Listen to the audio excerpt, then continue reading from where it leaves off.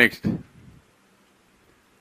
ఇక్కడ వీడు చెప్తూ క్లియర్గా group 1 main examination notification number 27/2018 was not fair and not legitimate due to the conduct of respondent 1 and 2. The procedure adopted by them for valuation of answer script of candidates who appeared for group 1 examination when the rules do not permit first digital, second and third valuation of papers for second or third time is impermissible and it is in violation of Rule 3(9) of the rules. On account of such second or third violations, there is possibility of eliminating, qualifying and meritorious candidates and to select the candidates of respondent 1 and 2 to face the oral interview and select them finally. అందుకే చెప్పారు therefore any further evaluation may be needed చెప్పి next క్లియర్గా as the process of evaluation of group 1 answer scripts itself is irregular, illegal, contrary rules 3(9) of the APPSC rules and do not entitle to claim equities in view of the affidavit obtained by respondent 1 and 2 as per the directions of this court.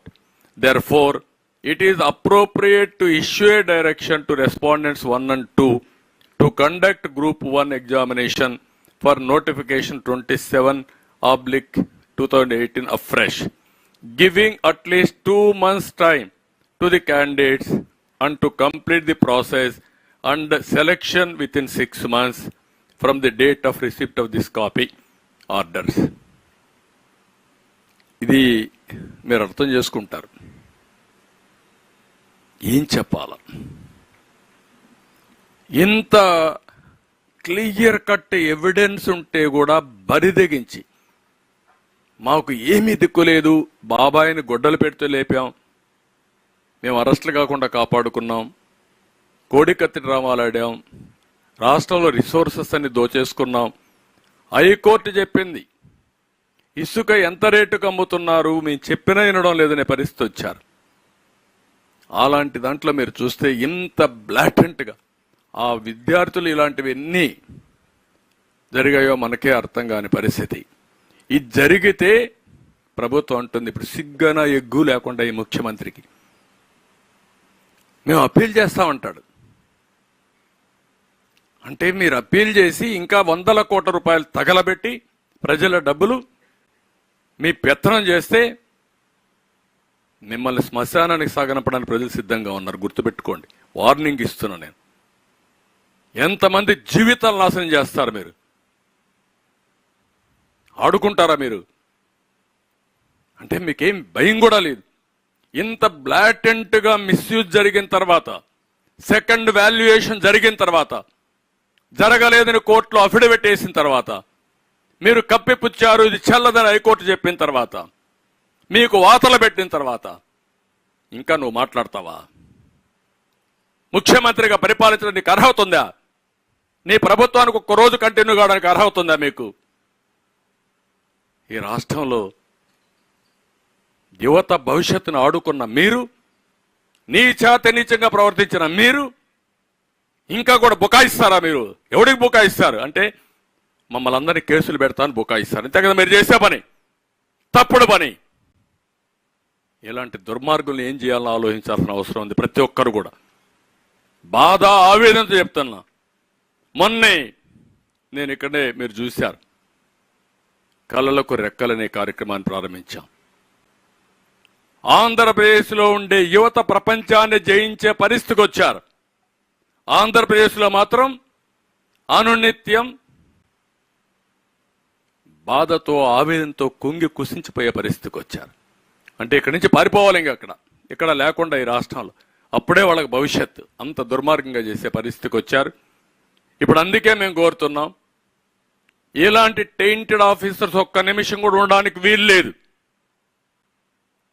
ఒకటి, ఎవరైతే దీనికి అయ్యారో వాళ్ళందరిపైన కేసులు పెట్టాలి. సిబిఐకి ఇవ్వాలి, వీళ్ళని శిక్షించాలి, సివియర్గా కూడా శిక్షించాలి. ఇది తెలియకుండా జరిగిన టెక్నికల్ పాయింట్ కాదు, తెలిసి డెలిబరేట్ గా పిల్లల జీవితాలతో ఆడుకున్న దుర్మార్గుల కథ. వాళ్ళు ఇమ్మీడియట్ గా పనిష్ చేయాల్సిన అవసరం ఉంది. జైల్లో పెట్టినా కూడా వాళ్ళ యొక్క బాధ తగ్గదు. ఆ కుటుంబాలు, ఎన్ని కుటుంబాలు నాశనం అయిపోయినాయి, వాళ్ళ తల్లిదండ్రులు ఎంత బాధపడతారు, ఎంత కష్టపడి కూలి పనులు చేసుకుని పిల్లలు ఒక డిఎస్పీ అయితే, ఒక ఎస్పీ అయితే, లేకుంటే ఒక మనం డిప్యూటీ కలెక్టర్ అయితే చూడాలని ఆ తల్లిదండ్రుల కోరిక. వాళ్ళందరినీ నాశనం చేశారు మీరు. అలాంటి దుర్మార్గానికి మీరు చేసే పరిస్థితికి వచ్చారు. అందుకనే గవర్నర్ ఇమ్మీడియట్ గా ఇన్వాల్వ్ కావాలి, ప్రధాన కార్యదర్శి ఇన్వాల్వ్ కావాలి. అలాంటి దుర్మార్గులను అక్కడి నుంచి పదవులోంచి కూడా తప్పించాలి, ఎన్క్వైరీ చేయాలి. అదే మరి వీళ్ళు ఎవరైతే చట్టానికి వ్యతిరేకంగా ఎంపికైన డిప్యూటీ కలెక్టర్స్ అందరినీ డిస్క్వాలిఫై చేయాలి. They are no more eligible. చట్ట వ్యతిరేకంగా డిఎస్పీ నియామకం అయితే ఇన్ని అయితే వాళ్ళు ఎవ్వరు కూడా డ్యూటీలో ఉండడానికి వీల్లేదు. ఉన్న పళంగా వాళ్ళందరినీ తీసేయాల్సిన బాధ్యత గవర్నర్ పైన ఉంది, ఎన్నికల కమిషన్ పైన ఉంది, వీళ్ళందరి పైన ఉంది. ఈరోజు మీరు చూస్తే 11:30 గంటలకు జడ్జిమెంట్ వచ్చింది, 3:30 గంటలకు కాపీ అప్లోడ్ చేశారు. మనకందరికీ ఎప్పుడున్న జడ్జిమెంట్ వస్తే సాయంత్రం కాపీ వస్తుంది, లేకుంటే నెక్స్ట్ డే కూడా వస్తాయి. 12:30కే మేము సుప్రీంకోర్టుకు పోతా ఉన్నారంటే వీళ్ళు డబ్బులు చడుగుతారని.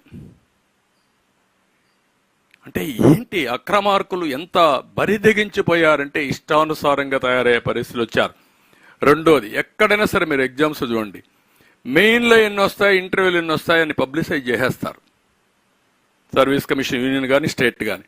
ఇక్కడ మొత్తం చేసే పరిస్థితులు లేరు. దాపరికం ఎందుకు? వీళ్ళు అవకతవకలు చేయడానికి. ఇంకో పక్క మొదటి మాన్యువల్ ఎగ్జామ్ అయింది, ఇప్పుడు రెండోసారి చేశారు అంటే మొత్తం ఫస్ట్ మాన్యువల్లో అయిన వాళ్ళు మెరిట్ ఉంటారు, వాళ్ళు పోయారు. వీళ్ళ పాపానికి రెండోసారి చేసిన వీడు పోయారు, అందరూ పోయారు. మొత్తం చాలా దారుణంగా జరిగింది, చాలా బాధాకరం. నెక్స్ట్, ఇప్పుడు కూడా మీరు చూడండి, తెలుగుదేశం పోలింగ్ కూడా లేదు. నిపుణులు సభ్యులు ఉండేవాళ్ళు, నిష్ఠార్థులు, అనుభవజ్ఞులు. ఈయన బంధువులు, వైసీపీ నేతలు, అవినీతులు. పరీక్ష నిర్వహణ ఎవ్రీవేర్ ట్రాన్స్పరెంట్, అక్రమాల పర్వం. ఖాళీలు గుర్తించి ఎప్పటికప్పుడు భర్తీ చేస్తే 3 నెలల తర్వాత, లేకపోతే వీళ్ళ ఇష్ట ప్రకారం ఎన్నికల ముందు చేసే పరిస్థితికి వచ్చారు. మెయిన్స్, ఇంటర్వ్యూ మార్కులు ఎక్కడికక్కడ ప్రకటించాం, ఇక్కడ అభ్యర్థులు కోరినా ఇవ్వలేదు. అదే మరి 5 ఏళ్లలో ఒక్క ఆరోపణ, 5 ఏళ్లు కాదు 22 సంవత్సరాలు తెలుగుదేశం పార్టీ హయాంలో సర్వీస్ కమిషన్ లో ఎక్కడ కూడా ఒక్క ఆరోపణ లేకుండా ఒక పద్ధతి ప్రకారం రిక్రూట్ చేసిన పార్టీ తెలుగుదేశం పార్టీ. ఈయన పెద్ద ఎత్తున అక్రమాలు, నిరుద్యోగులకు ప్రభుత్వంపై పూర్తిగా నమ్మకం పోయే పరిస్థితి ఈరోజు చూస్తా ఉంటే ఎక్కడికక్కడ ప్రభుత్వం ఇష్టానుసారం. ఒకప్పుడు ఏది జరిగినా ట్రాన్స్పరెంట్ గా, నాకు బాగా జ్ఞాపకం, టీచర్ ఉద్యోగాలు కూడా నేను చాలా ట్రాన్స్పరెంట్ గా చేశాను. ఎందుకంటే ఎక్కడైనా సరే కొంతమంది కావాలని మార్కులు వేసుకుంటే నష్టపోతారనే ఉద్దేశంతో ఇవన్నీ కూడా చాలా ఉద్యోగాల్ని గ్రూప్ 1 సర్వీస్ కానీ, గ్రూప్ 2 కానీ, ఇంకా మిగిలిన ఉద్యోగాలు కూడా సర్వీస్ కమిషన్కి అప్పచెప్పాం. సర్వీస్ కమిషన్ అంటే పారదర్శకంగా చేస్తుంది, నీతి నిజాయితీ చేస్తుంది, అవకతవకలు ఉండవు, వాళ్ళకంతా ఎక్స్పర్టైజ్ ఉందనే ఉద్దేశంతో అప్పచెప్తే వీళ్ళు ఇష్ట ప్రకారం చేసే పరిస్థితికి వచ్చారు. ఇప్పుడు నేను ఒకటి అడుగుతున్నా, ఈ ఇద్దరు గ్రేట్ పీపుల్ ఏం చేయాలి? వీళ్ళని రాష్ట్ర ప్రజానీకం మీరే నిర్ణయించుకోవాలి. ఈయన ఇప్పుడంతా ఇంటెలిజెన్స్, ఎవరిని అరెస్ట్ చేయాలి, ఎవడి మీద కక్ష తెచ్చుకోవాలి, ఎక్కడ తప్పుడు పనులు చేయాలి, ఇదే పని ఇతనికి. ఈ ది కల్ప్రిట్ ఇన్ దిస్. కాదని చెప్పగలుగుతామని అడుగుతాను నేను. అక్కడి నుంచి ఇంటెలిజెన్స్కి వచ్చావు కదా, నీకు తెలుసు కదా, తెలిసి నువ్వే లిస్ట్ తయారు చేసి పంపించావు. మళ్ళా ఎవడికి ఉద్యోగాలు ఇవ్వాలని తాడేపల్లి కొంపలో కూర్చొని ఇష్టానుసారంగా చేసి వీళ్ళ ఇష్ట ప్రకారం చేసి మొత్తం దాచిపెట్టి తప్పుడు అఫిడవిట్లేసి ఇష్టానుసారంగా బిహేవ్ చేసే పరిస్థితికి వచ్చారు. వీళ్ళు they are unfit to be IPS. ఐపీఎస్ను కూడా వీళ్ళకి తీసేయాలి.